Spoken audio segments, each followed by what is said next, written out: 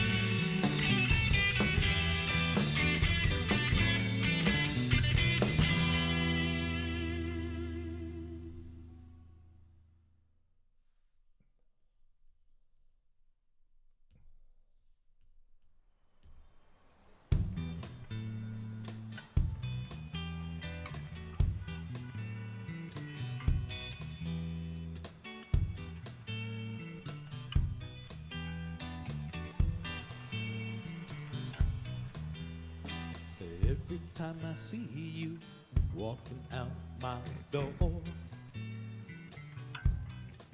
I wanna grab a frying pan and lay you out on the floor.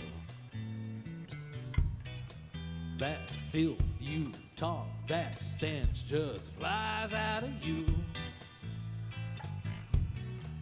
I should have listened, yeah, I should have.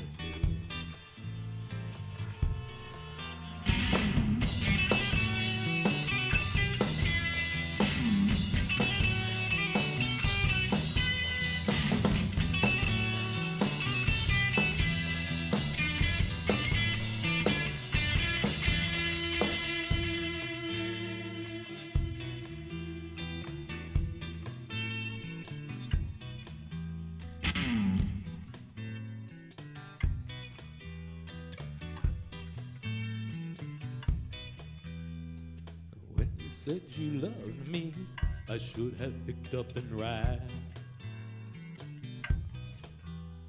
Grabbed my unicycle and rode to Japan. Hang out with some geisha girls, sing karaoke and get a tattoo. Do everyone and everything to forget about you.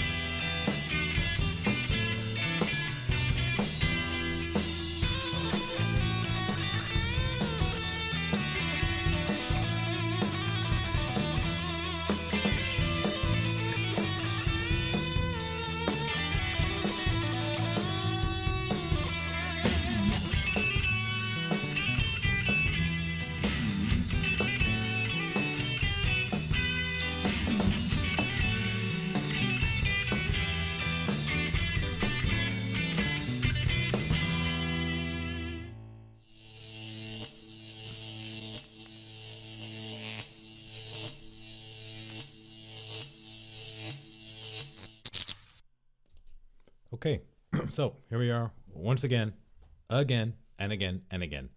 Right off the bat, oh my God, right off the bat, I can't pronounce a word. Right off the bat, this is a reminder. This is a live call-in show. You can call in about anything you want, talk about anything you want. I don't care what it is. I really don't care what it is. As long as it's somewhat entertaining, yeah? And I'm trying to, get away with as much as I can. And you can really talk about anything you want, but don't expect that you will be allowed to just, blurt out an encore of swear words for the next 3 minutes before I dump you, yeah? This is a show that hopefully makes people think about things. Yeah, makes people think about the way they think. So, whatever it is, we can talk about it. We can chat about it. We can have fun with it. Whatever you want to do. I got a couple stories here that I'd like us to take a look at. The first one, this is basically based. This story is based around the United States, the U.S. April 2020 sets record for firearm background checks. So a lot of people are out there buying guns in America. A lot of people. According to the FBI, there were 2,911,128 background checks conducted in April. So a lot of people don't realize, people who don't live in America, especially here in Europe, they have this belief that anybody can just walk in and buy a gun. And it's just that easy. It's really not that easy. At least it's not as easy as it was when I was 18 years old. I mean, when I was 18 years old, you could do that. 16, 17, 18, you could walk in. I had to take a gun safety course, which lasted, I think it was one day, 6 hours, or maybe a weekend, Saturday and Sunday. I think it was just one day. And after you go through this safety, a class. This was back in 1982, I think. Then you could go buy a gun. It was simple as that. It was really easy. Today, however, it's become more and more difficult, depending on, of course, which state you live in. If you live in New York, it's downright almost impossible to, buy a gun, let alone have one with you. Some states, I know it's stereotypical, but yes, in Texas, it's much easier to get a gun. New Hampshire, it's fairly easy to get a gun. Montana, I think it's fairly easy to get a gun. But depending on the type of gun you get, I mean, getting a shotgun, getting a long gun, a rifle, isn't as invasive as getting a handgun, one that you can easily conceal and take with you everywhere. If you want to get a handgun, you have to go through a background check. You can't just walk in and walk out the same day. Yeah, and these background checks, they go to the FBI. They do their due diligence, and if your name does not pop up on some kind of, terror list, and if you don't have any violent felonies, then you can get the gun. It takes anywhere between, 24 and 48 hours.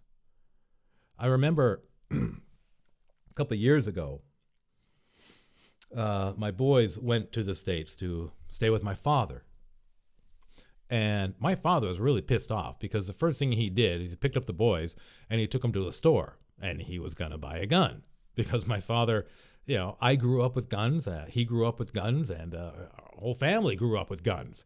For us, it was a normal, everyday situation. It was a tool that was used for a specific purpose, just like a hammer, just like a pair of pliers.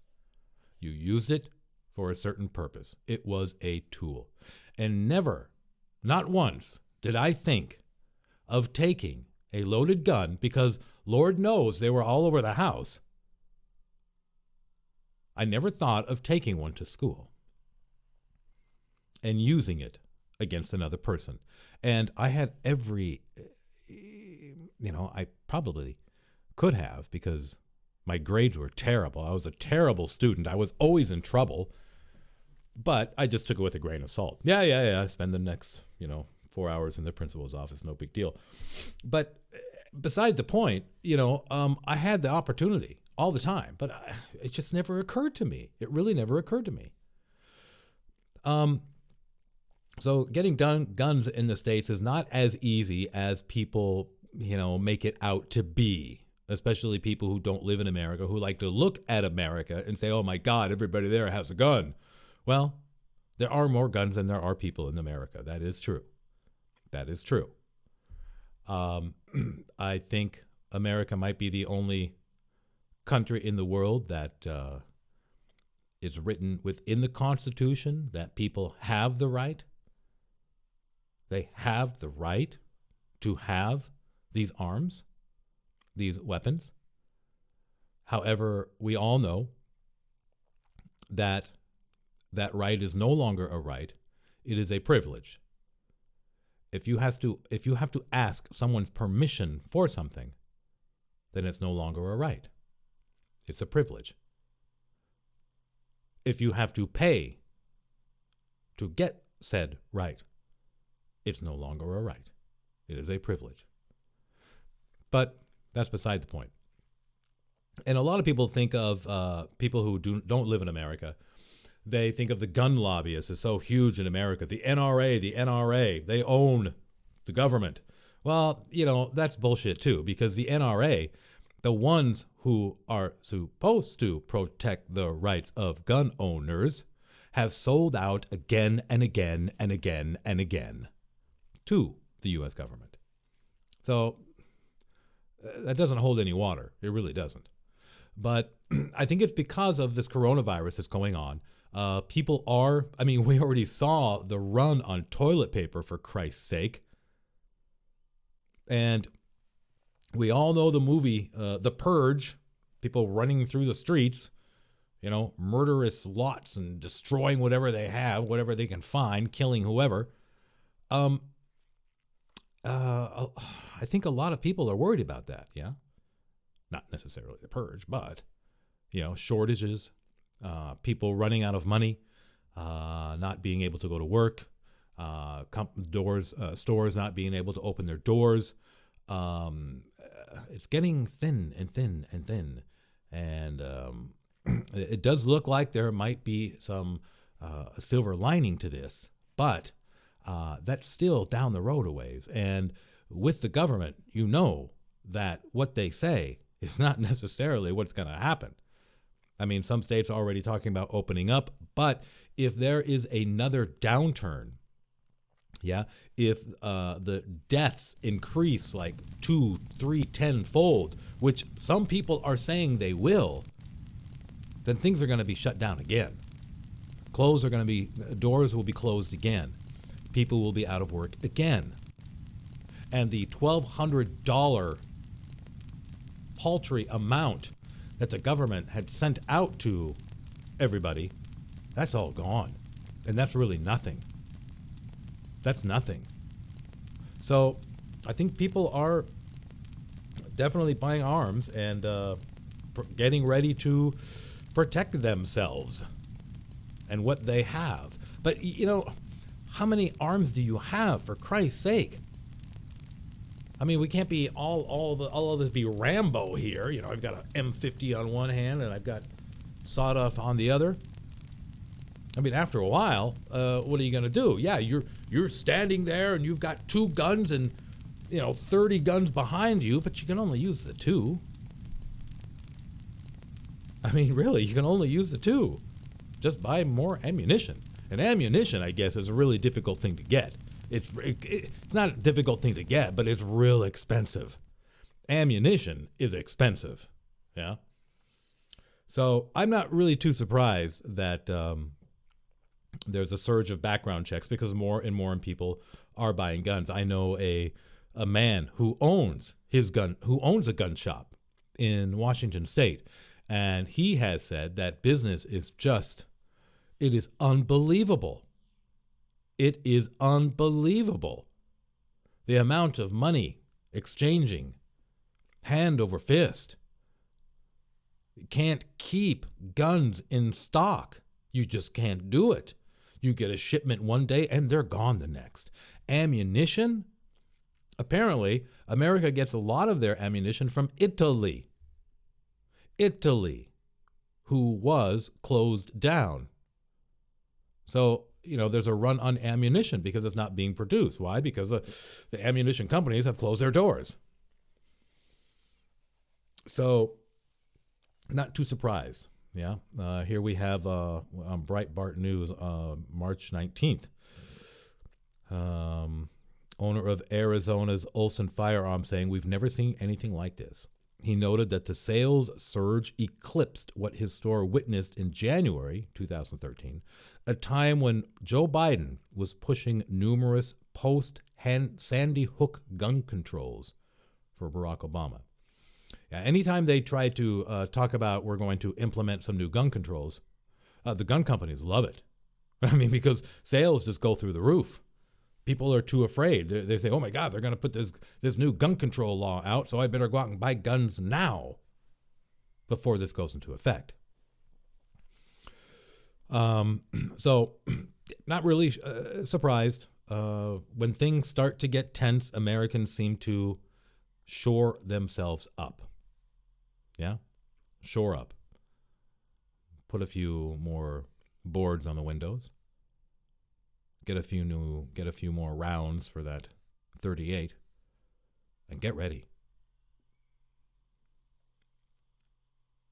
I mean, in one way, America is the mindset, one for all for one. But really, it's not really like that. It's I'm here for me.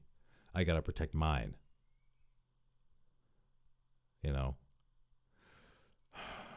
Yeah, that's interesting. That's interesting.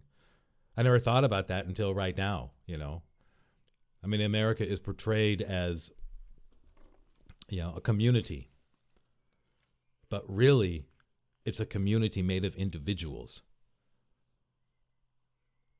Unlike more of a democratic socialist country, to where the individuals really lose their individuality by joining this club.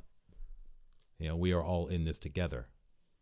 But America likes to say that. They like the sound of that. We're all in this together. No, I'm in it by myself. I'm preparing myself. I don't know what the fuck you're doing. But that's interesting. It's an interesting concept. Something else I saw here. And this, I don't see, I mean, this is, U.S. senators seek probe of veterans' homes after virus deaths.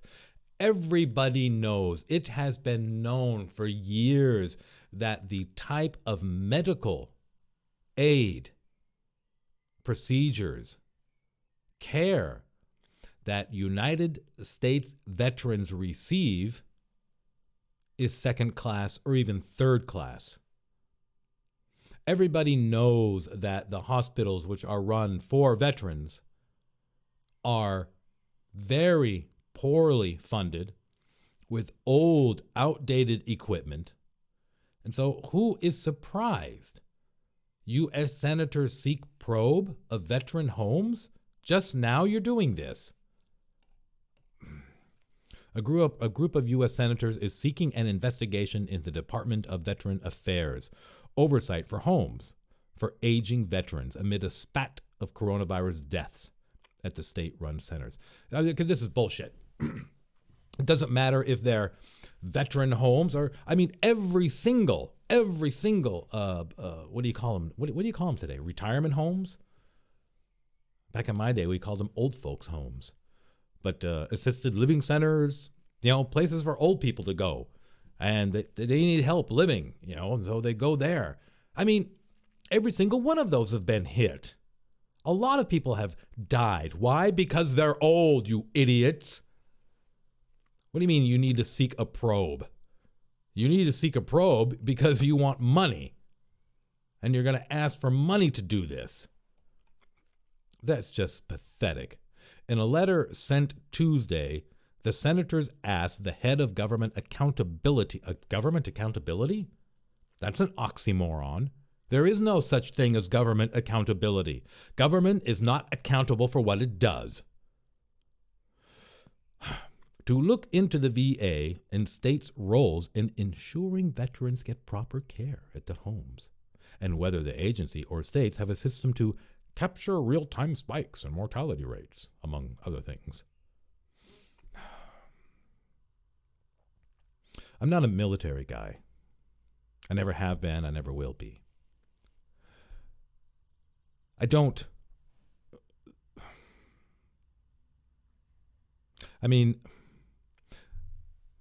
American, patriotism. USA, USA. I'm not a big supporter of the military. But with that being said, looking at the individual who joins the military, perhaps they do join it because they have been brainwashed and because it is in their family's blood. Every member of their family has joined the military at one time or another. Maybe every generation has been in a war. And so they feel it's their duty. They have to do their part. And so they join the military with those intentions. And they get sent 5,000-10,000 miles away because a politician sends them there. Not to defend America, not to defend Americans, and not even to defend the American way of life, whatever the hell that is. They are sent thousands of miles away to protect a private company's interest. That is what the American military has been reduced to. I don't want to say hired mercenaries, but paid killers for sure. And if this person who joined the military is sent, eons away and gets injured, gets wounded, and requires medical care once they get home, I do feel sorry for this individual. I do. For me and for them later, they might not realize it at first, but after a while, especially when they get into a veterans hospital and hear what the other veterans have to say, find out that this guy was wounded because he was in some goddamn forsaken country protecting some convoy of some shit, and he got his leg blown off. For what? They get a little soured. They get a little pissed off. They start doing some soul searching. But I feel sorry for them because they joined, at least this one individual I'm talking about, with good intentions. Yeah? Patriotic, good intentions. I want to defend the country where I live. I want to defend my fellow countrymen. They might not be able to do it. I'm willing to risk it. It's almost chivalrous. We all know it's not the truth, but to them it could be. They could believe that. And then when they get home with half a face, or the inability to use their bladder anymore, or God knows what else, half of their bodies burnt, missing a couple limbs, and then they have to deal with the hospitals for veterans. Veterans receive shit in America. They are treated incredibly poorly for the sacrifices which they have given. And the sacrifice that they have given usually is a body, is a body part. It could be a limb.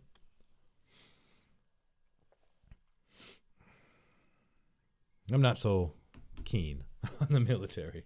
And usually a lot of ex-military men are also not so keen because after they get out, they read a little bit and their eyes start to open up.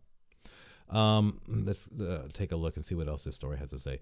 Their request comes as outrage builds over the death of more than 70 veterans sickened by the coronavirus at a home in Massachusetts.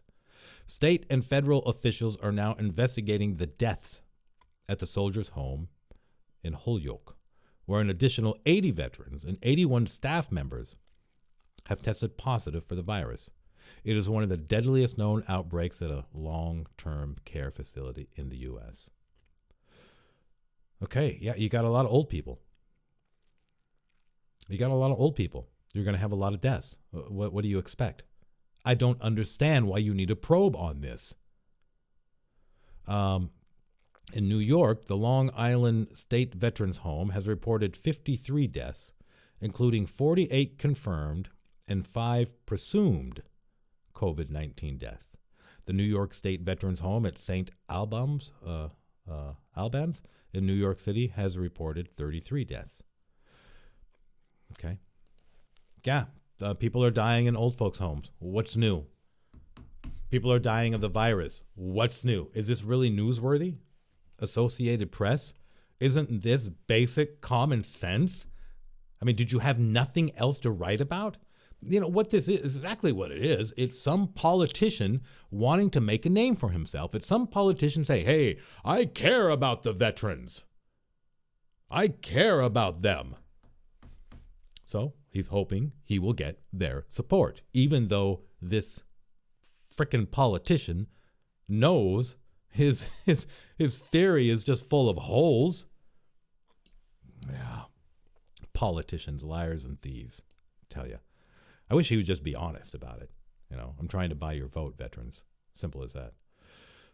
You know, here's something else that I found, and I find this to be. This has to go much deeper than this. Yeah, it has to go much deeper. On the surface, yeah, on the surface, the story is about something else. The story is about a Snohomish County. Snohomish County is to pay fourth settlement over former prosecutor.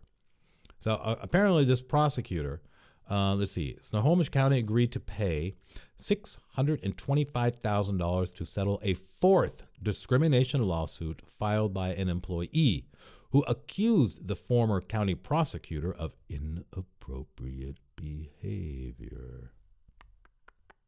Shame on you. The settlement with Bittinger, who worked for the prosecuting attorney's office until 2019, brings the amount of county payouts to the former employees to more than $1.3 million. The county did not admit fault. We just want to give you this money to make this go away. 2 points. The county is not paying this. The people in the county are paying this because they're using the taxes that they collect to pay this. And so the taxes are going to, yeah, that's right, rise. The amount of taxes will have to rise a little bit in the next year because they have to pay all this money out. Because this guy apparently just can't seem to keep his hands to himself. This prosecutor. I don't really like prosecutors too much. I don't like anybody too much, I guess. I mean, their job is to prosecute somebody. Whether they know the person is innocent or not, it doesn't matter to them. Their job is to prosecute someone. And if they have to break the law to get this person behind bars, they're going to do it.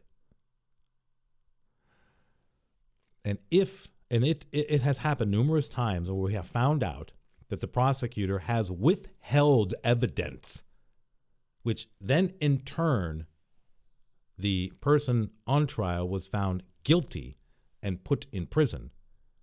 And then they found out that the prosecutor, withheld this evidence or did some shady deals. The prosecutor doesn't get charged for this. The guy ends up spending 10 years in prison, 15 years in prison, sometimes 50 years in prison, falsely accused. And the prosecutor's like, hey, man, I was doing my job. The prosecutor should have to go to spend time behind bars the same amount of time that the innocent person did. But what I really want to talk about is the plea bargaining system in the U.S. The country in which you live. Do you have a plea bargaining system? And if you're not familiar with what a plea bargaining system is, well, I will tell you to my best ability. A plea bargaining system is when the prosecutor comes to you and says, all right, Bob, I tell you what, we can go to court here, and if you're found guilty, you could get 15 to 10 years, 10 to 20 years in prison. But I tell you what right now, if you take this deal I'm giving you, you only have to spend 5 years in prison. Only 5. But if you don't take the deal, you could get 10 to 20. So he's trying to make a deal. More often than not, plea bargaining only is beneficial to one person. And that one person is a guilty person. It doesn't benefit the innocent person. It doesn't benefit them at all. It benefits the guilty person. If somebody stabs someone to death and they have clear-cut evidence of said crime, do you think the prosecutor would offer him a deal? No, of course not. He's not going to offer him the deal. They have him. We have video evidence. We have your fingerprints on the deadly weapon. We have 8 people who saw you do it. 2 of them filmed it with a freaking cell phone. You think they're going to offer him a deal? No. The guy who they offer the deal is a guy who committed a not so bad crime, maybe a misdemeanor. But this guy, he doesn't have the money to pay for a decent defense lawyer. He is stuck with a court-appointed attorney who deals with 50, 60 cases a day, who sees their client the minute before they face the judge. That's what they're stuck with. Unless, of course, you have a lot of money. Then it's no problem. But for this guy, who is found driving down the street with an expired driver's license, perhaps, could either A, the prosecutor, if depending on the prosecutor you get, he could say, well, this crime is punishable by 1 to 5 years or a $5,000 fine. So I'll tell you what, we're going to take it down here, and I don't want to charge you the full $5,000. So we'll say $2,000 fine. Now that's a plea bargain. Yeah. And the guy who was ticketed for driving with an expired license, he finds out, oh, wait a minute, my license wasn't expired. I mean, here's the little receipt here that I got that shows that it wasn't expired. But for some reason, it got fucked up in the system or something like that. Now, the guy is innocent of the crime. The guy is innocent of the crime. And the prosecutor looks at it and says, oh, yeah, okay, well, yeah, but this is what you were ticketed on. And this is going to court. So now the guy is like, okay, what the fuck am I going to do here? Obviously, I'm not guilty of this crime. In order for me to fight it, I've got to reach into my pocket, take out more money than what this guy is offering me, $2,000 that I have to pay. I'm going to have to come up with at least $5,000 to find an attorney. So, fuck. I guess I'll take the plea bargain. I guess I'll have to pay. It doesn't help the innocent person. This is one thing even in the American justice system that is just freaking broke. It only benefits guilty people. That's it. Okay, tell you what, I got a couple more things to talk about, but first I'm going to take a short, just like a 2-minute break here. If you like what you hear, yeah, if you want to give a call in, feel free to do so. Discord call-in line's right there. All you got to do is call the Discord server, and yeah, I'll put you on. You can tell me what you think. But again, if you like what you hear, then yeah, share it. Say, hey, guy, hey, friend, check this out. It's kind of interesting. So, okay, I'll be right back.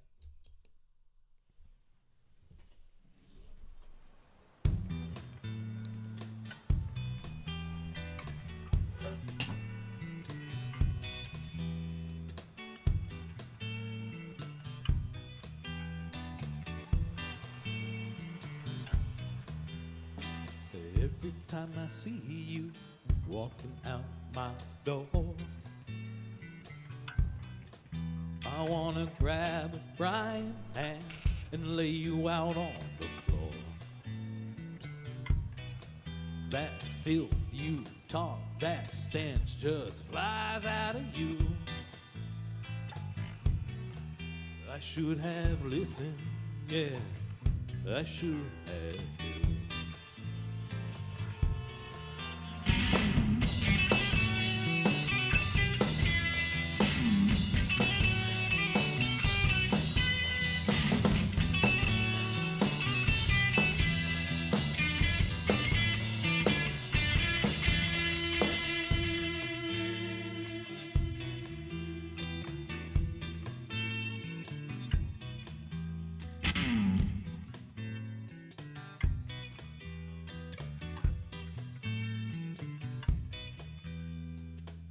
Said you loved me, I should have picked up and ran. Grabbed my unicycle and rode to Japan. Hang out with some geisha girls, sing karaoke and get a tattoo. Do everyone and everything to forget about you.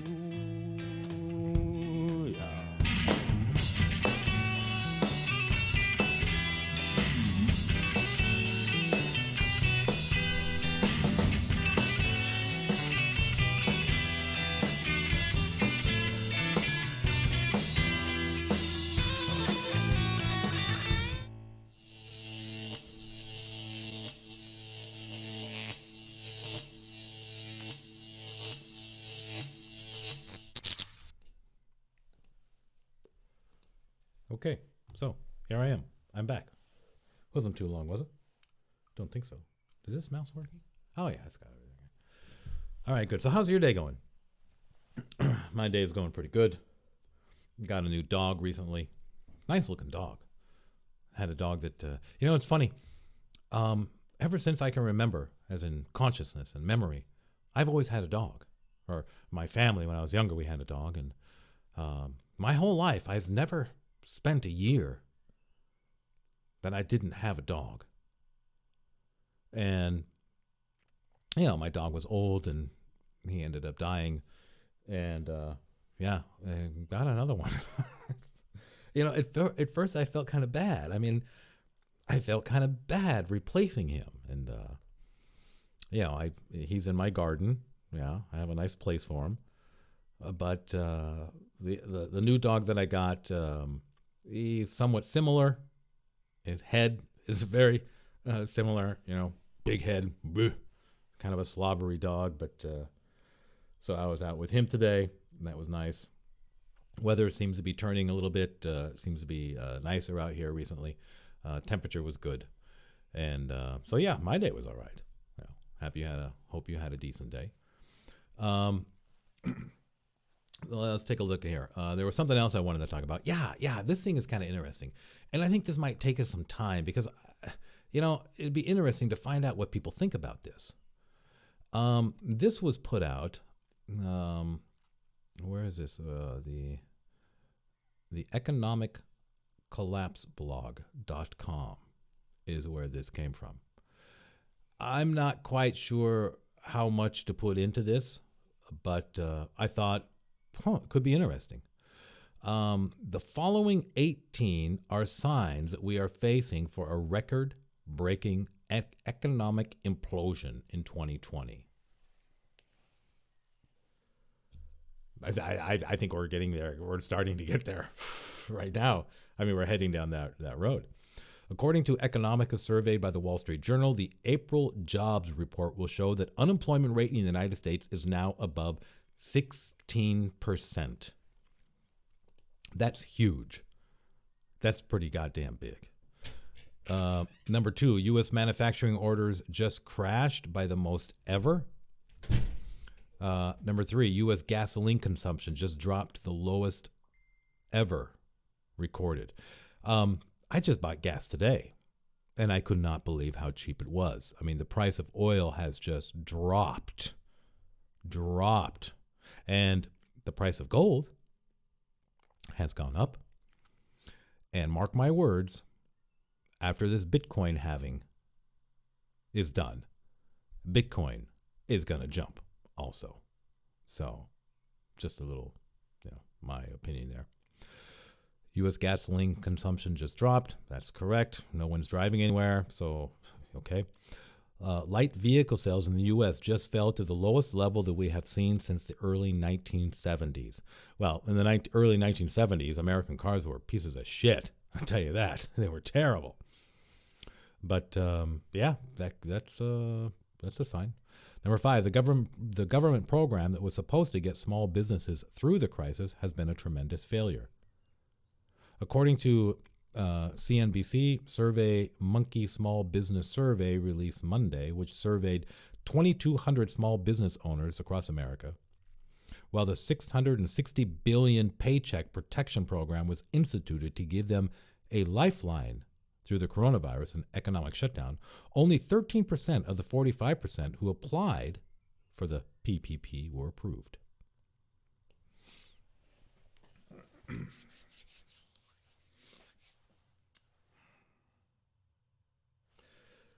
$660 billion Paycheck Protection Program. This $660 billion, again, of course, is just made out of thin air, just printed. Nothing backing it. The U.S. dollar has dropped consistently ever since the Fed was created. The value of the U.S. dollar is only face value, and that's all. Just by printing out an extra $660 billion does nothing but harm the money already in circulation and gives it less value. This is basic economics 101. But then again, we're talking about the government, aren't we? The coming meat shortages are already here. According to the New York Post, Costco is now rationing meat, and Kroger is warning customers of very serious supply problems. So I guess meat's going to, maybe the vegans like this. Yeah, this is a good thing. No more meat. No more, slaughterhouses. No more jobs for slaughterhouses. Global smartphone shipments were down by 11.7% in the first quarter compared to a year ago. That represents the fastest drop on record. Yeah, I guess people can't afford the newest smartphone. Hong Kong just recorded the worst economic contraction in the city's entire history. U.S. consumer spending was down 7.6% during the first quarter of 2020. Well, that's good news. Hopefully people are, shoring themselves and saving the money that they have and not spending it on frivolous things. American Airlines posted a loss of $2.2 billion. Okay, here comes another bailout for the airlines, I'm sure. It looks like the giant retailers Neiman Marcus, J. Crew, and JCPenney are all headed for bankruptcy. Neiman Marcus headed for bankruptcy. Wow. Fox Business is reporting that Hertz is preparing to file for bankruptcy due to plunging car rental rideshare.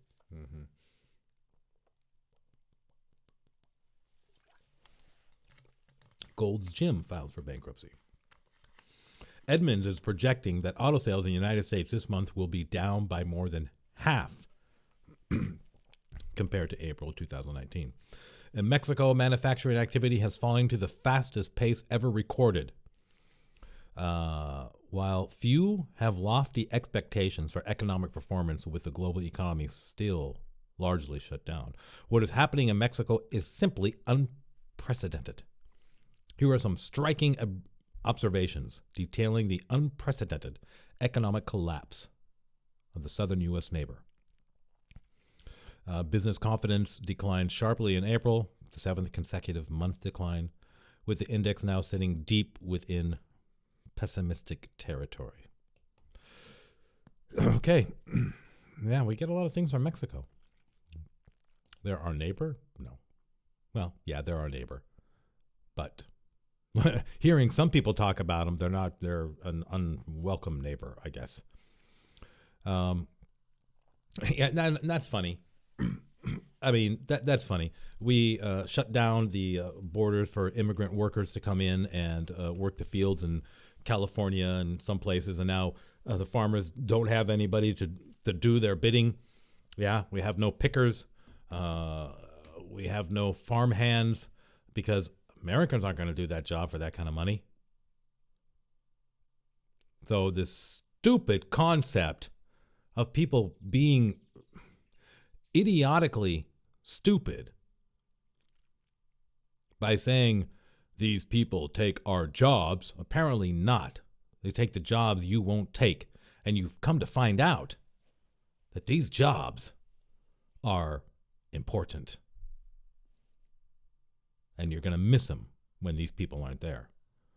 More than 30 million Americans have already lost their jobs. 30 million Americans have lost their jobs. In March, U.S. home sales declined. White House economic advisor Ken Hassett is warning that U.S. GDP could fall by up to 30%. That's a lot. 30% is a lot. If you got money, if you got some money hidden away, now's the time to use it. Now's the time to sit back and buy. You buy things because they're going to be cheap. You buy real estate because it's going to be cheap, because things are going to crash. And now's the time you want to get in and get it. That is if you have the money. And that is unless you need that money to support yourself because the job that you were doing is not there, so you can't have any more money to save. It's all being used for necessities. Rent, mortgage, bills.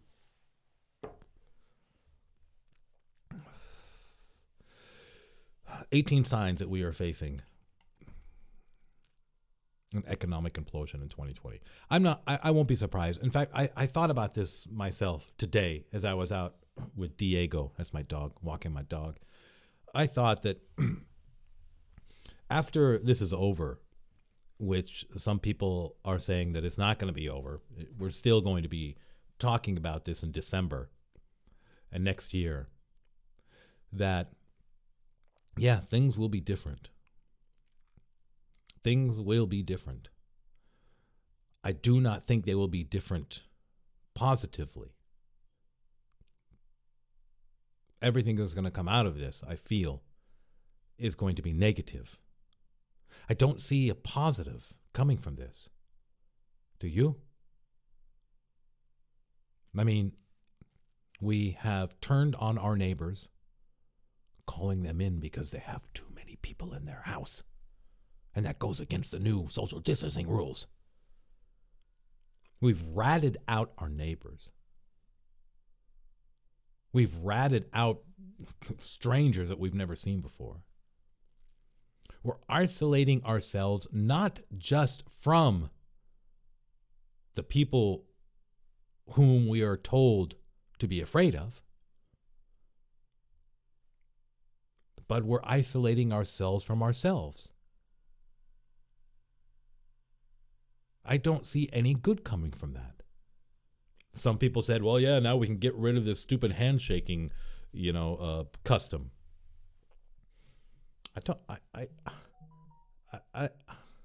What's wrong with the handshaking custom?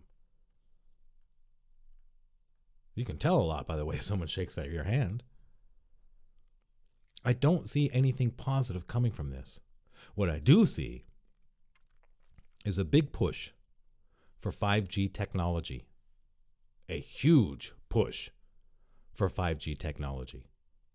Because during this time, companies and people are seeing, okay, I guess I can work from home.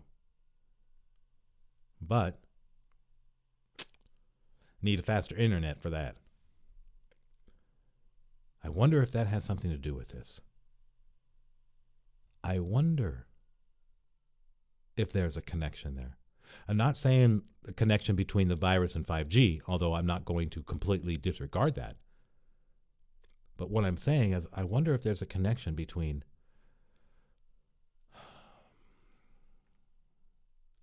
forcing people to stay at home and work from home, schools taking place at home. Do we really need that many teachers? Do we really need that many school buildings when classes can be run out of somebody's house? Do we really need that many people on the road driving, commuting back and forth to work when they can just work from home? Robotics will be increased. A guy will be able to sit at home.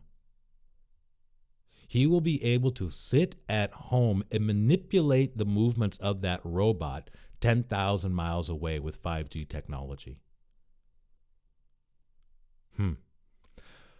I wonder if there's a connection. Makes you think, doesn't it? Okay. Well, that's about it for today. Again, if you like what you hear, I would, it would be great. Tell some other people about it. Let them know that I'm out here. As I mentioned earlier, it's going to be difficult for me because I'm not right wing. I'm not left wing. I'm just right down the goddamn middle on just about everything. This is open lines. I really mean that. And even though I am in my early 50s, I still, here I'm on Twitch, yeah? Gotta say something. On YouTube, so I'm still very young at heart. I'm still in a rock band, write my own music, and so I can relate to a lot of things. I've been a teacher. I taught CEOs. I've taught politicians. I've taught editors, and I taught children too. So, I'm pretty much open-minded to anything and everything. So, if you got something on your mind about anything, feel free to call in and chat in, and we'll talk about it. Okay, so until next time, take care.